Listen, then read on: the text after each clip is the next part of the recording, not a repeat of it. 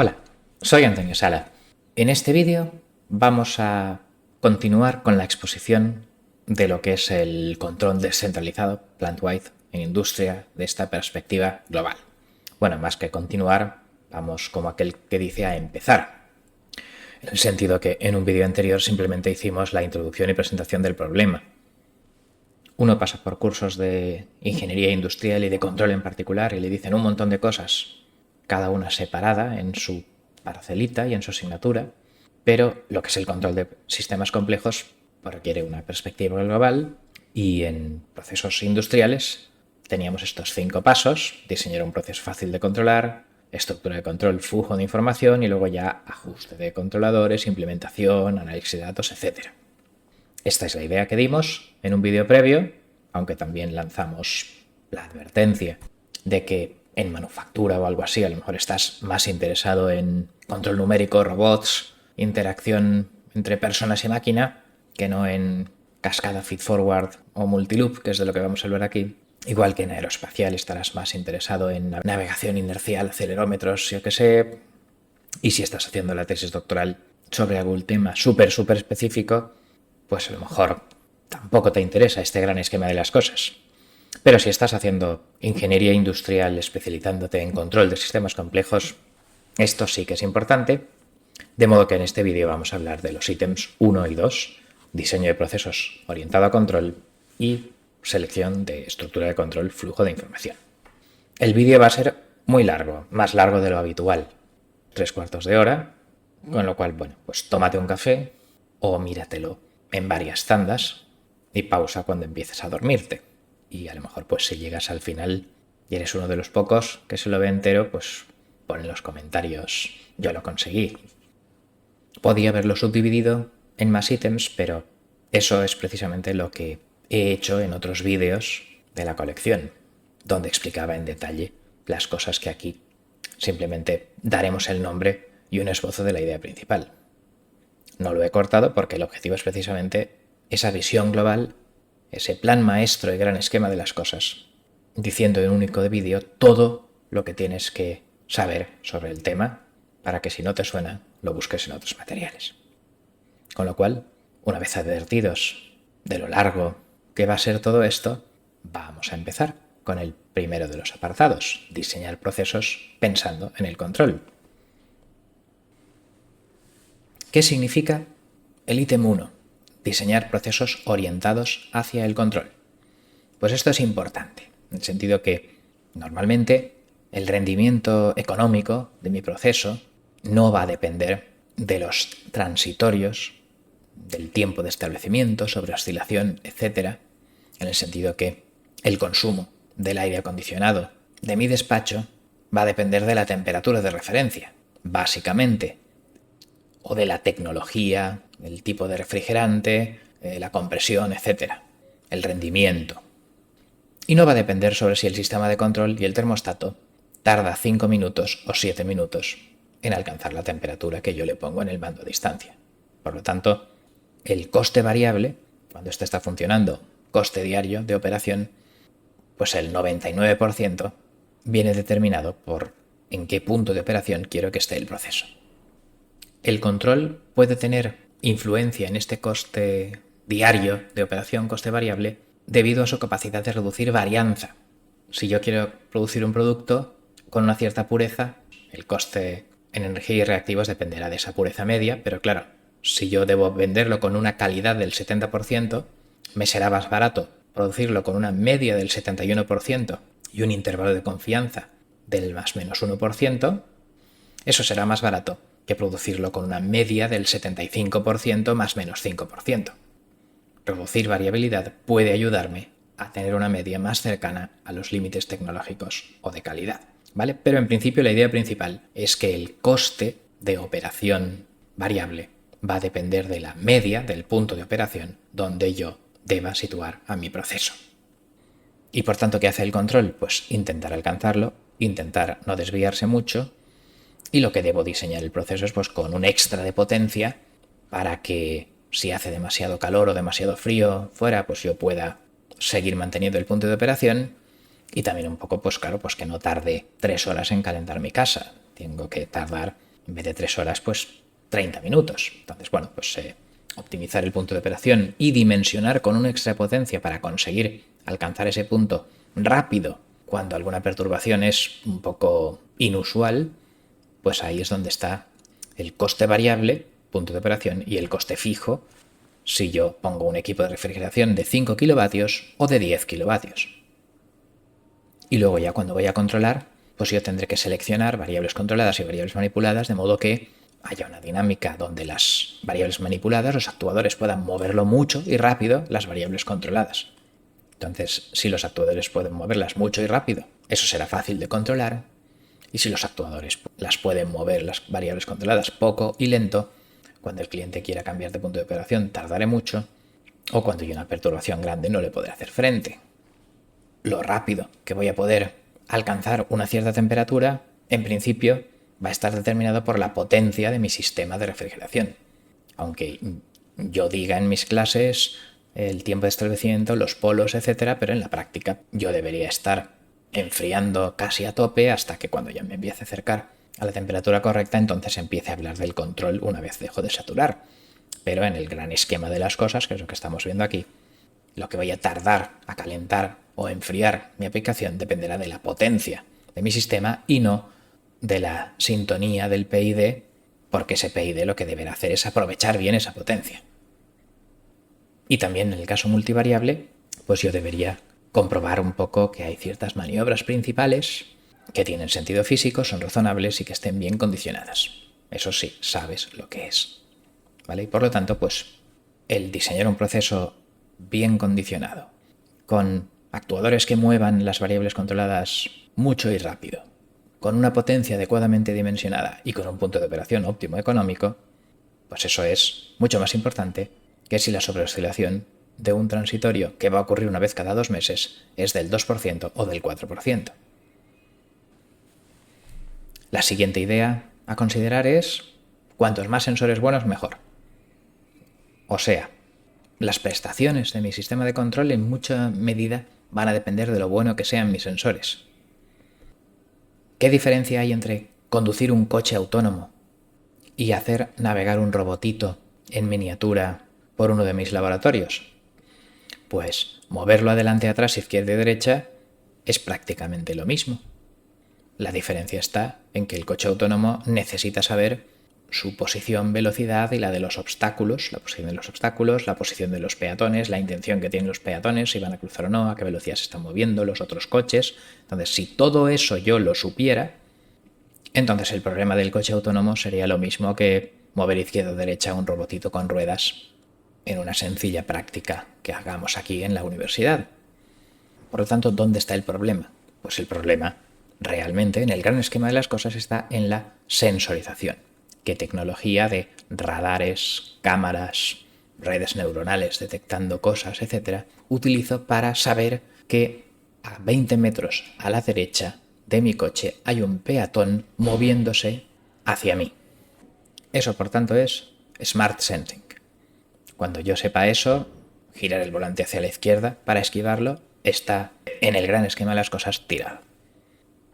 Por lo tanto, en un esquema de control industrial, pues la idea sería que si es barato, cómpralo. Un sensor extra nunca está de más. Siempre va a ser mejor medir algo físicamente, claro, si la relación sea el ruido es buena, obviamente, que intentar estimarlo basando en simular un modelo de qué pasaría si el calor específico de no sé cuántos fuera 3,8 y la potencia fuera no sé cuántos y la temperatura exterior fuera no sé menos. Pues en vez de simular todo eso, nada mejor que poner un termopar para saber qué pasa de verdad, ¿vale? Por lo tanto, nunca está de más comprar sensores. Y de hecho, en la abstracción de los matemáticos, a comprar sensores buenos de todo lo realmente importante le llaman realimentación del estado. Si mides todo lo importante, pues hay teoremas que te dicen que el control proporcional hace milagros. Bueno, controlabilidad, no sé cuántos, cada teorema es aparte, ¿vale? Pero en principio, cuantos más sensores, más sencillas van a ser las estrategias de control, las estrategias de decisión, porque no necesitaré simular internamente, modelo interno, qué está pasando si yo lo veo directamente. La elección, por tanto, de variables medidas es también parte de este diseño del proceso orientado al control y cuanto más mejor. Si hay un sensor barato que podría haber comprado y no lo he hecho, cómpralo. Ya veremos luego cómo lo gastamos en la estructura de control, pero en principio compra todos los sensores baratos que puedas, de magnitudes importantes para ti. Claro, para controlar la temperatura en una refinería no es necesario comprar un sensor de la temperatura en el centro de Oviedo. ¿Vale? O sea, todo ha de ser con sentido común. Y esta es un poco la conclusión de lo que sería el diseño de procesos orientado a control. Si hay defectos de diseño, todos estos que numero aquí, mal condicionamiento, actuador poco potente, pocos sensores, sensores ruidosos, perturbaciones desconocidas con un efecto muy grande sobre variables controladas, dinámicas lentas, retardos, etcétera, falta de repetibilidad, o sea que ahora sale de una forma, mañana de otra, no linealidad, tecnología que se rompe mucho, etcétera. Bueno, pues si ocurre eso, ninguna estrategia de control va a resolver mis problemas. El problema no será que yo deba utilizar H infinito multivariable óptimo tal en vez de control proporcional. No. El problema es un fallo de diseño en el proceso, un error en el planteamiento de todo esto. Y por contra, si mi proceso está muy bien diseñado, muchos sensores de buena calidad, actuadores potentes, funciones de transferencia rápidas, repetibilidad y precisión de todo, linealidad, bueno, pues en ese caso entonces estrategias sencillas y fáciles de comprender, a lo mejor simplemente control proporcional, pues va y funcionará muy bien. Con lo cual, pues, aunque en los exámenes de control avanzado de la universidad nosotros pongamos cómo controlarías esta función de orden 7 multivariable con 5 retardos, en la industria, en el gran esquema de las cosas, lo que buscan es que eso no ocurra nunca y que lo que yo tenga que controlar sea un sistema rápido de orden 2 o 1 con un controlador PID. Y que si la dinámica es más compleja, etcétera, tal, pues ponga sensores adicionales o modifique el proceso o algo para que no sea difícil de controlar. Con lo cual esto concluye un poco nuestra discusión sobre lo que sería diseñar de proceso orientado al control.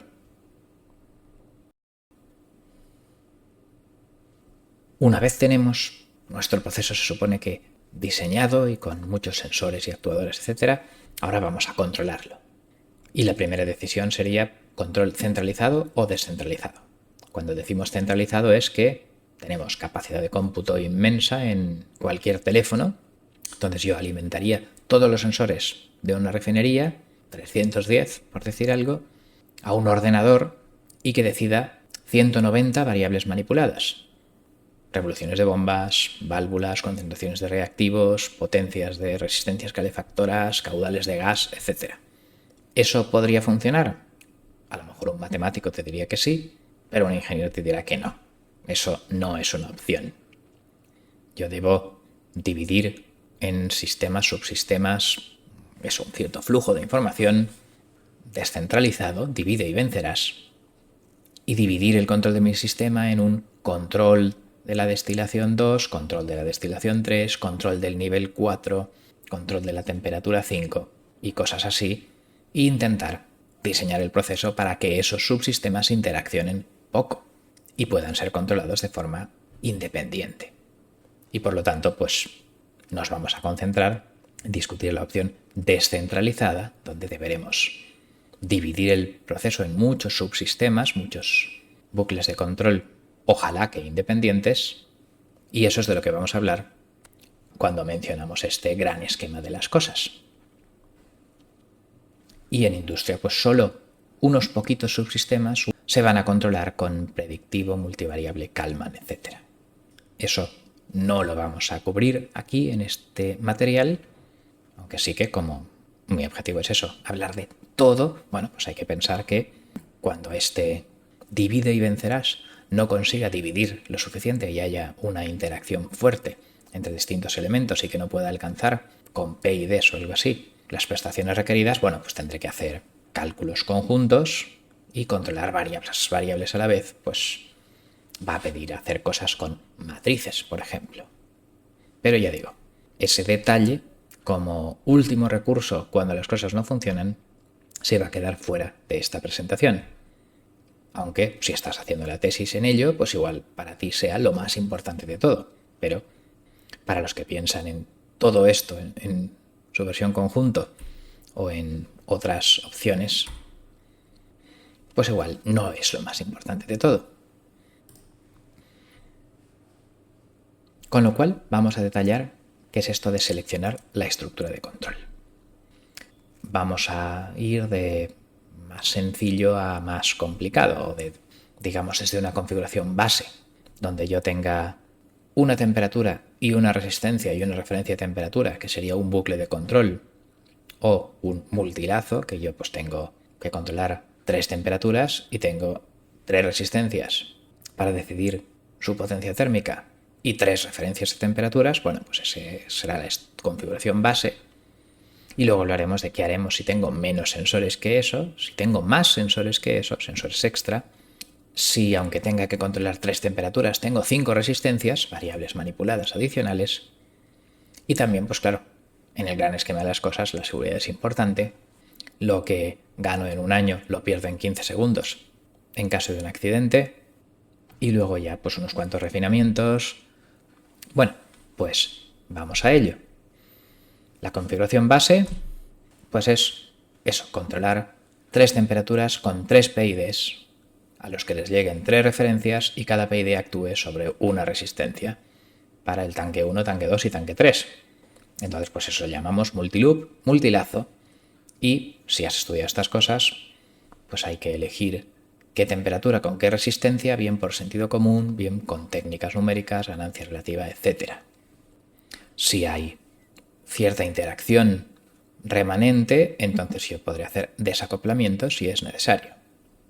Y en muchos casos, pues la interacción entre bucles de concentración y nivel y temperatura puede ser solventada o desacoplada con estructuras que se llaman control ratio, que cuando me cambien el nivel y yo abra la válvula del reactivo 1, pues yo debo abrir la válvula del reactivo 2 en cierta ratio, en cierta proporción, para que no se me estropee la concentración cuando quieren cambiar de nivel. Bueno, pues todo este tipo de cosas sería pues como la estructura multilazo más este tipo de proporcionalidades básicas de ratios. Y en algunos casos yo controlaré combinaciones de mis variables medidas, por ejemplo la media de 6 sensores de temperatura o algo así, operando de forma coordinada varios actuadores. Para subir la temperatura media yo subo las 3 resistencias. Bueno, pues la teoría subyacente a eso se llama desacoplamiento SVD, desacoplamiento basado en valores singulares. Lo dicho, el objetivo de este vídeo es simplemente mencionar ese nombre para que, si te suena porque lo has visto, lo veas dentro de este gran esquema de las cosas. Y si no te suena, te lo apuntes para buscar en Google eso que es. La cuestión es que, bueno, pues con esto sería la configuración que llamaríamos base de lo más sencillo que hacer. Pero podemos tener situaciones donde yo tenga menos sensores o más sensores, por ejemplo, que el número de variables controladas. Si tengo sensores de menos, pues claro, tendré que hacer control en lazo abierto. Yo tengo que controlar una temperatura que no estoy midiendo. Pero en fin, yo sé que si aumento la potencia de la resistencia, esa temperatura subirá y por tanto, si a mí alguien me dice sube esa temperatura a 20 grados, pues yo podré hacer una regla de 3 y decir cuántos vatios pongo más de potencia. Y lo que no sé es si habrá subido 20 grados o 22 o 18, dependiendo de ese depósito, lo lleno que esté o el calor o frío que haga de temperatura ambiente. Pero, bueno, pues si no tengo sensor, eso se llama control en bucle abierto. Claro, como la potencia para que ese tanque esté a 80 grados, pues dependiendo del frío que haga, pues a lo mejor en febrero necesito 12 kilovatios, mientras que en julio necesito solo 8 kilovatios, pues eso no lo va a poder saber el control en bucle abierto, sin sensores. Pero bueno, pues eso si no los tengo, es lo que hay. A veces yo puedo hacer lo que se llama control pues inferencial o indirecto, que es que pues a partir de cierto caudal estimar con ciertas fórmulas, por ejemplo, pues el nivel de un depósito, o viceversa, a partir de un cierto nivel, o como ese nivel sube y baja, estimar un cierto caudal. Bueno, pues eso obviamente, claro que se puede hacer. Y lo que ocurre es que, bueno, pues que en algunos casos va un poco ad hoc, caso por caso, a ver cómo estimo ese caudal de salida en función de las diferencias de nivel entre dos instantes, o yo qué sé, o la temperatura de cierto depósito en función de su efecto sobre la temperatura de otro depósito que sí que mido. Bueno, pues obviamente, caso por caso, habría que estudiar cada uno de ellos, y los matemáticos, que como siempre les gusta hacer abstracción de todas estas cosas, pues el caso idealizado límite le llaman observador del estado, que si un sistema es observable, pues entonces yo, con un cierto conjunto de sensores, yo podré calcular, midiendo lo que pueda medir y simulando de cierta forma el resto de cosas, pues yo a partir de ese conjunto de sensores yo podré estimar todas las variables internas de importancia. Entonces ese concepto de observador del estado pues sería la abstracción de lo que llamaríamos, al discutirlo con técnicos de formación profesional, pues un control indirecto, que yo esté controlando cierta concentración a partir de la opacidad de cierto líquido que sale de un depósito. Pues entonces eso sería la versión fácil, y que sería a lo mejor una proporcionalidad simplemente, y cuando ya hay que hacer dinámica, restas, derivadas, filtrados, etc., bueno, pues el abstracto en todo esto se llamaría observador del estado o filtro de Kalman. ¿Vale? Pero desde el lazo abierto hasta el filtro de Kalman, pues podemos tener estrategias intermedias, como esa estimación del caudal con la diferencia entre dos niveles leídos con 2 minutos de intervalo. Pero en fin, pues este tipo de cosas habrá que hacerlo cuando tenga sensores de menos. Y si tengo sensores de más, sensores extra, pues entonces mejor. Si tengo que controlar 3 cosas y tengo 8 sensores, pues alegría, oye, qué bien. A ver, si son muy caros, a lo mejor debería decidir devolver algunos de ellos, ¿vale? Pero si ya está comprado eso y porque eran baratos, etcétera, bueno, pues ¿qué es lo que puedo hacer con 3 variables controladas y 9 variables medidas? Bueno, pues hay varias opciones. La primera palabra que a veces sale por ahí es sensor fusion, fusión de sensores, fusión sensorial, donde, bueno, pues tomando varias mediciones relacionadas con la misma variable, pues yo puedo reducir el ruido, reducir la incertidumbre. Si yo tengo 2 termopares sujetos a ruidos que van subiendo y bajando, tal no sé qué, y yo promedio su medida, bueno, pues si el error es aleatorio, pues yo se supone que tendré un mejor estimado de la temperatura si utilizo la media de los dos que si utilizara uno de ellos por separado. Claro, si el error es sistemático y están los dos mal instalados, pues eso no va a ser así, ¿vale? O sea que cuidado. Promediar me arregla cosas ante errores aleatorios que tienen la misma probabilidad de estar por arriba y por debajo de su valor verdadero, pero los errores sistemáticos podría ser que no tuvieran esa propiedad, ¿vale? Pero en fin, el detalle ya caso por caso. El enfoque formal de esto sigue siendo el filtro de Kalman, observador óptimo, etcétera, que ya habíamos comentado hace un minuto, ¿vale? Pero en principio nos tenemos que quedar con la idea de que fusión de sensores, si tengo varias formas de medir lo mismo o parecido, pues yo puedo hacer algún tipo de promedio más o menos sofisticado para reducir el ruido. Lo siguiente que puedo hacer con sensores extra es control en cascada. ¿Qué significa control en cascada? Pues, por ejemplo, que yo tenga un depósito y que tenga un sensor de nivel y tenga un sensor de caudal. Entonces el sensor de nivel alimentaría un regulador de nivel que daría a su vez una referencia de caudal a un regulador esclavo de caudal. Eso es el control en cascada con sensor extra, y que, bueno, pues si el control de caudal es 10 veces más rápido que el control de nivel, pues sería fácil de sintonizar de forma independiente. La otra cosa que yo podría hacer, si tengo sensores de perturbaciones, sensor de temperatura exterior, en climatización, etcétera, bueno, pues es utilizar esa información para que en el momento en que la temperatura exterior aumenta, yo disminuya inmediatamente la potencia. Bueno, pues eso se llama prealimentación, se llama feed forward, y es pues otra de las opciones que puedo tener. Y también puedo tener información de otros subsistemas o bucles de control, de modo que si yo estoy controlando nivel en cierto depósito y me dan la información que determinado subproceso que requiere más caudal ha sido conectado, pues yo puedo inmediatamente aumentar la potencia de mi bomba de llenado.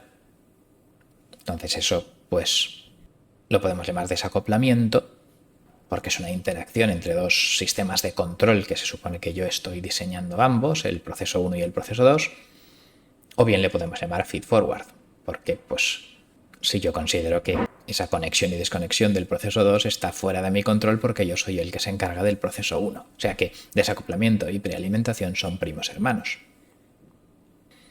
Por último, pues yo podría tener medidas de mi propia variable manipulada. ¿Cómo es eso?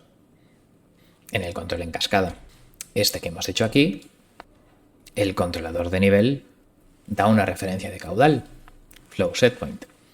Entonces comprobar si esa referencia se ha podido conseguir o no se ha podido conseguir, porque por ejemplo pues la válvula ya saturada, etcétera, pues me permite mejor anti-wind-up, ¿vale? Porque claro, si yo no sé cuál es el caudal máximo, el PI se puede liar mucho, no sé qué saturación poner en su anti-wind-up.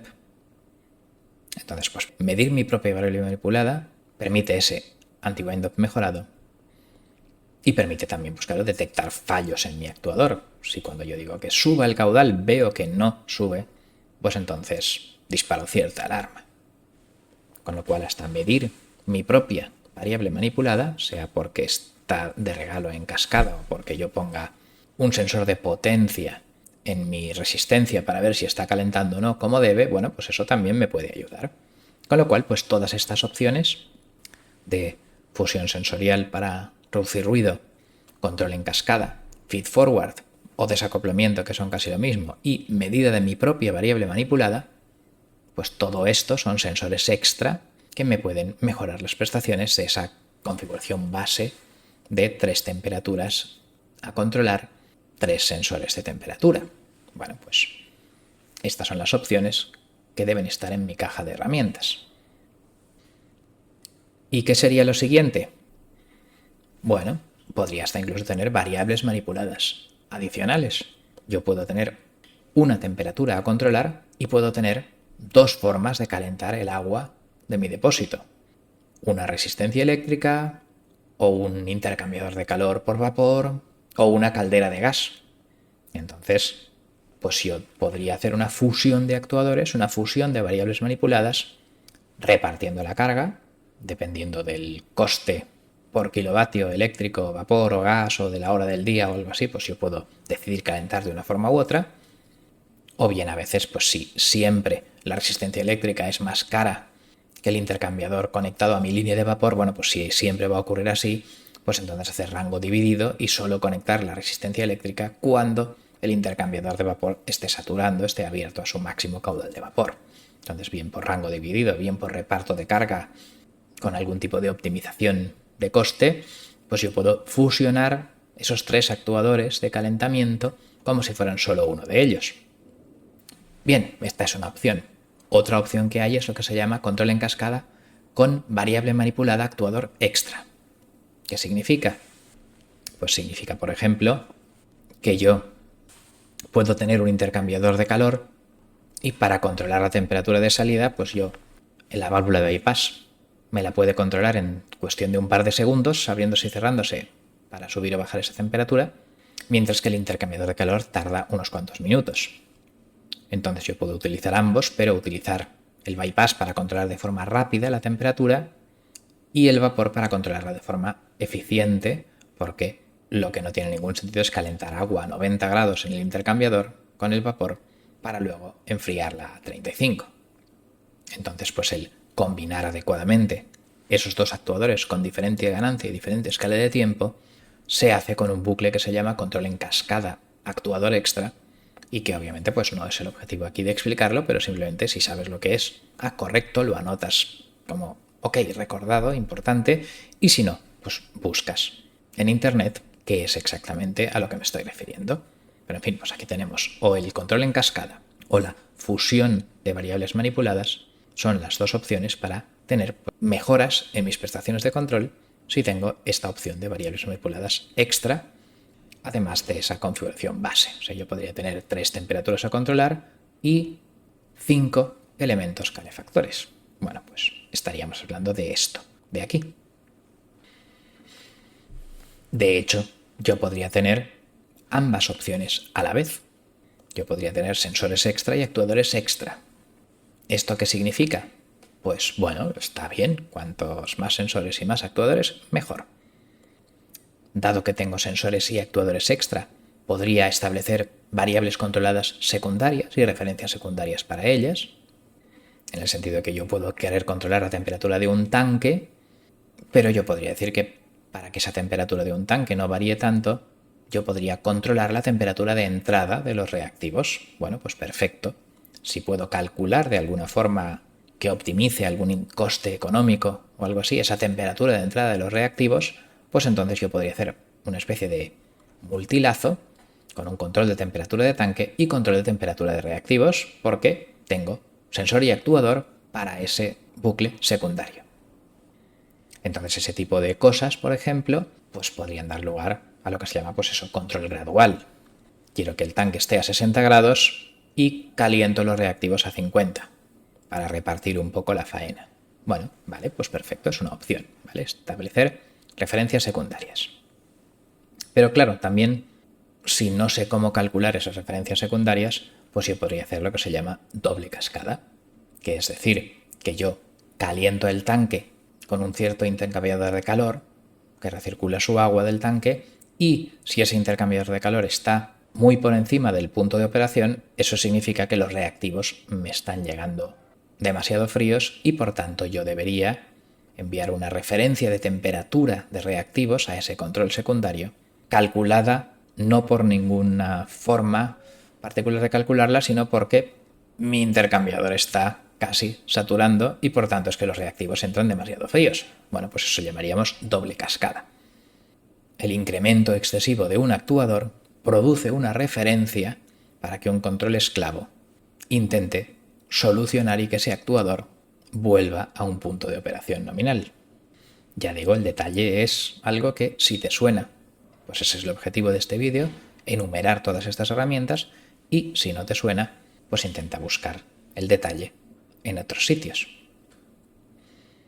Y de hecho, cuando hablamos de doble cascada, pues realmente en la vida real hay múltiples cascadas. O sea, las cosas realmente funcionan en cascada sobre cascada y cascada sobre cascada y cascada y cascada y sobre cascada una.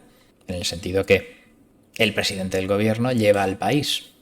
Él da órdenes al ministro de Educación, el ministro al director general de universidades, el director general de universidades a las consejerías autonómicas de educación, ellos a los rectores, el rector al director de departamento, el director de departamento al jefe de unidad docente tal, y al final yo soy el que decido que me toca hacer este vídeo para que mis alumnos entiendan mejor ciertos conceptos.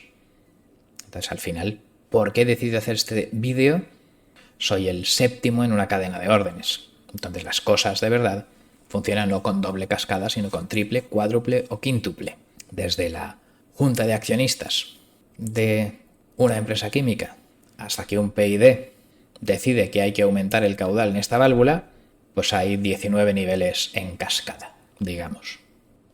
En la vida real, por tanto, todo hay referencias secundarias, tareas secundarias, capacidades de actuación extra que deben ser coordinadas adecuadamente. Y bueno, pues por ejemplo, los matemáticos que les gusta idealizar todo, pues el caso extremo de referencias secundarias es lo que se llama realimentación del estado, de intentar llevar a cero todas las variables de mi proceso importantes. Cuando digo cero, digo un punto de operación. Querer llevar todas las variables del proceso a su punto de operación, independientemente de que sean variables controladas primarias que tengan referencia que el usuario haya decidido o no. Entonces, pues en la abstracción, llevar a 7 variables de estado a cero, aunque mi salida sea solo la primera de ellas, bueno, pues es la abstracción matemática de que, aunque solo me interese la temperatura del tanque, si yo llevo la temperatura del tanque y del reactivo entrante 1 y del reactivo entrante 2 y del reactivo entrante 3 a su punto de operación, bueno, pues cuando más cosas estén bajo control, menos sorpresas tendré para hacer funcionar una instalación compleja. Esto sería el refinamiento máximo de esa configuración base, donde, bueno, pues al tener todos los sensores de más o de menos, lo que sea, y todas las variables manipuladas de más o de menos, pues yo debería decidir ese flujo de información. Y por último, lo que ocurre es que tenemos los ítems 5 y 6 aquí, bucles de seguridad y refinamientos. Vamos a verlos. ¿Por qué hablamos de ello? Pues porque la seguridad es importante. De nada me sirve un proceso súper eficiente que tenga una explosión con millones de euros en pérdidas una vez a la semana. Hay que considerar, por tanto, en este gran esquema de las cosas, aspectos de seguridad en los bucles de control. Debo tener sensores extra para detección de fallos o monitorización, independientemente o no que estén relacionados con variables controladas o con variables secundarias o control en cascada. Debo tener control override, un segundo bucle con algún tipo de referencia de emergencia o de alarma, de manera que si se alcanza se anule el comando principal. Por ejemplo, yo puedo estar controlando temperatura en un depósito, metiendo ciertos reactivos más calientes o más fríos, etcétera, pero que si hay algún problema y el depósito esté a punto de desbordar, pues entonces yo disminuyo los caudales, aunque por eso la temperatura se me vaya muchísimo de mi nivel de referencia. Hay unas prioridades y lo que no quiero es tener un accidente por desbordamiento de mi depósito. Entonces, bueno, pues ese tipo de estrategias se llaman override y obviamente son importantes en la implementación real de sistemas de control. Y ese control override pues puede que esté hecho con los mismos sensores de funcionamiento normal o con sensores adicionales específicos para monitorización o detección de fallos. De modo que, bueno, hasta incluso podría tener sensores redundantes, 3 sensores de temperatura, y que si hay alguno de los 3 que me da una medida muy rara, pues yo me quede con los otros 2, lo que se llama votación de 3 sensores, o incluso puedo tener actuadores redundantes. En ese depósito que se está llenando de manera anormal, yo puedo tener una válvula de alivio para vaciarlo de forma segura, o puedo tener en un gasoducto 2 válvulas en serie para asegurarme que si se avería una de las válvulas, la otra va a conseguir cerrar una fuga de gas, etcétera. Un generador de respaldo, grupo electrógeno, etcétera. Entonces, bueno, pues todas estas cosas son importantes para que un proceso funcione con seguridad en el gran esquema de las cosas. Importan mucho más que si la constante de tiempo es de 3 o de 3,6. Y relacionados con esto de la seguridad, por último, debe haber procedimientos de parada de emergencia que permanezcan bajo control. Si yo he decidido disparar cierta alarma por exceso de nivel o por exceso de temperatura o de presión o algo, debo tener claro qué hay que hacer en esa situación y cómo parar ese reactor químico para que le sea realizada una revisión de mantenimiento de una forma segura, que no simplemente detenga la alimentación y se acumulen determinados vapores, lo que sea, que puedan ser explosivos, etc. Entonces, no solo interesa controlar el proceso para que funcione bien, sino también tener el proceso bajo control cuando algo está funcionando mal. Y a lo mejor, pues eso, en una central nuclear es igual o más de importante el saber cómo reaccionar cuando algo funcione mal que el tener un 0,03% más de eficiencia en funcionamiento normal. Y por lo tanto, pues estos serían estos aspectos de seguridad que deben ser considerados en el diseño de una estructura de control. Y bueno, y con este análisis un poco de las consideraciones de seguridad, pues terminaríamos la discusión de estos 5 ítems de cómo configurar el flujo de información en un esquema de control multivariable descentralizado. La cuestión es que, bueno, aún así pues podrían existir ciertos refinamientos.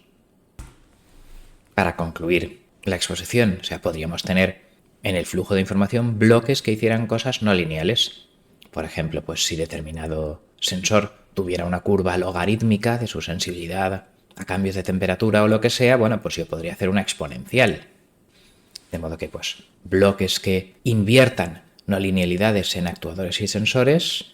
Por ejemplo, en actuadores, pues si yo tengo una zona muerta de manera que si no doy más de 1 voltio mi motor no empieza a girar, pues lo que calcule el PID le sumaré 1 voltio. Bueno, pues esos bloques que hacen no linealidades podrían también estar presentes en mi estructura.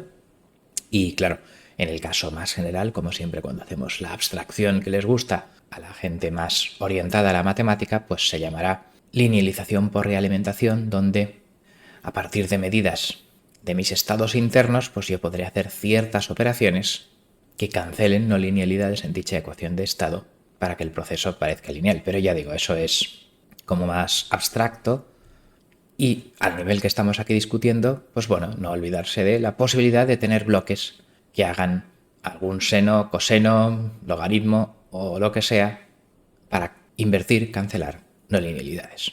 Y ejemplos, pues claro, sería el ratio control, haciendo multiplicaciones de señales. La multiplicación no es una operación lineal. O bien, pues bueno, pues otras no linealidades, donde, pues por ejemplo, en robótica, el control de aceleración por par calculado o el control cinemático mediante jacobianos y tal, pues son casos bien estudiados y que, bueno, pues en algunos casos de concentración, pH o lo que sea, pues nosotros podríamos intentar hacer algo parecido. También como refinamientos adicionales, pues no sé, en algún caso yo podría tener como que mi variable controlada fuera pues la temperatura media de 5 termopares o algo así, de manera que, bueno, pues que controlar el máximo, el mínimo o la media de un conjunto de sensores también podría ser factible. Y de hecho, pues controlar cierta combinación lineal de un conjunto de sensores estaría relacionado con la teoría del desacoplamiento SVD. También hay overrides cruzados, overrides múltiples para tener un control de temperatura en un tanque, pero hacer cierto override ante sobrepasamiento por arriba o por abajo de ciertos límites de nivel, etc. También tenemos pues, sensores de parámetros. Yo tengo que, si mi fuerza es una masa por aceleración, pues a lo mejor si yo mido la masa y es el doble de lo que yo tenía pensado, pues tendría que hacer el doble de fuerza para conseguir las mismas aceleraciones, ¿vale? De modo que pues medir ciertas masas, longitudes, etcétera, que influencien las ganancias de mi regulador, pues podrían también aparecer en mis diagramas de bloques. Claro, digamos, esas medidas oficialmente deberían tener un efecto no aditivo, porque si es aditivo es prealimentación, es feed-forward, ¿vale? O sea, si por cada grado que subo la temperatura exterior sube un grado a la interior y yo pues cancelo en ese efecto, pues eso es prealimentación. Pero bueno, pues en el caso no lineal, pues a lo mejor por cada X% que suba la masa que yo estoy moviendo en una cinta transportadora, yo tendré que multiplicar por cierto valor la potencia que debe entregar el convertidor, o yo qué sé, bueno, pues esas historias parecidas, entre comillas, al ratio control, pues también podrían servir en algo que no fuera el ratio de un sistema químico. Y luego también, claro, pues podríamos tener algún tipo de imágenes o redes neuronales o lo que sea en sensores, etcétera. Bueno, eso es más para robótica, sobre todo en lo que es control de procesos industriales, que es el objetivo de este material. En principio no va a estar dentro de nuestro radar.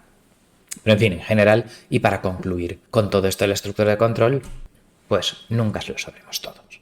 Cada sector tecnológico en particular hace las cosas de una manera especial, que si potencia máxima en un aerogenerador, que si pues contaminantes o eficiencia en una turbina de gas, que si el reparto de potencia entre distintas centrales eléctricas, historias de sensorización especial en ingeniería biomédica, cosas, claro, de vehículos no tripulados o autopilotos, historias de robótica. Entonces, bueno, pues la moraleja y conclusión de todo esto es que el diseñar un proceso para que sea fácil de controlar y el decidir el flujo de información que se mide, por qué, con qué tecnología y cómo dividimos la tarea de controlar el sistema complejo, bueno, pues no es un problema trivial, aunque en los exámenes de control a mí me den 1 partido s más 3 al cuadrado y yo ponga los polos en -8, pues en la vida real eso se hará,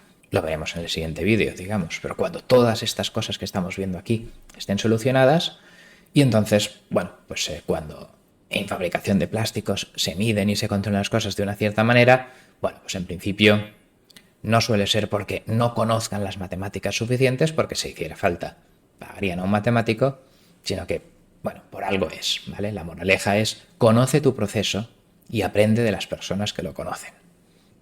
En cierta tecnología, qué se mide, qué se controla, con qué se actúa, por qué se hacen esas cosas y no otras, qué tecnología de actuación o de medición es la más confiable, la más efectiva, la más económica, cómo puede fallar y qué costes tiene fallar, que eso en los exámenes de asignación de polos no lo tenemos en cuenta, pero cuando estás controlando una refinería con gases explosivos, pues es mucho más importante. Y luego, pues eso, qué estructuras de control se utilizan en cada campo. Y bueno, pues con todo esto, habríamos visto las múltiples opciones que tenemos para los pasos 1 y 2 de este gran esquema de las cosas, que es el objetivo de este par de vídeos, ¿vale? En el vídeo siguiente pues veremos más consideraciones adicionales sobre los ítems 3, 4 y 5, ajustar controladores, detalles de implementación, análisis de datos, etc., para completar esta exposición del plan maestro de Big Picture, la perspectiva global de lo que es el control descentralizado plant-wide, de planta completa, que debemos tener al enfrentarnos a un problema complejo. Por el momento terminamos aquí este vídeo. Muchas gracias por vuestra atención.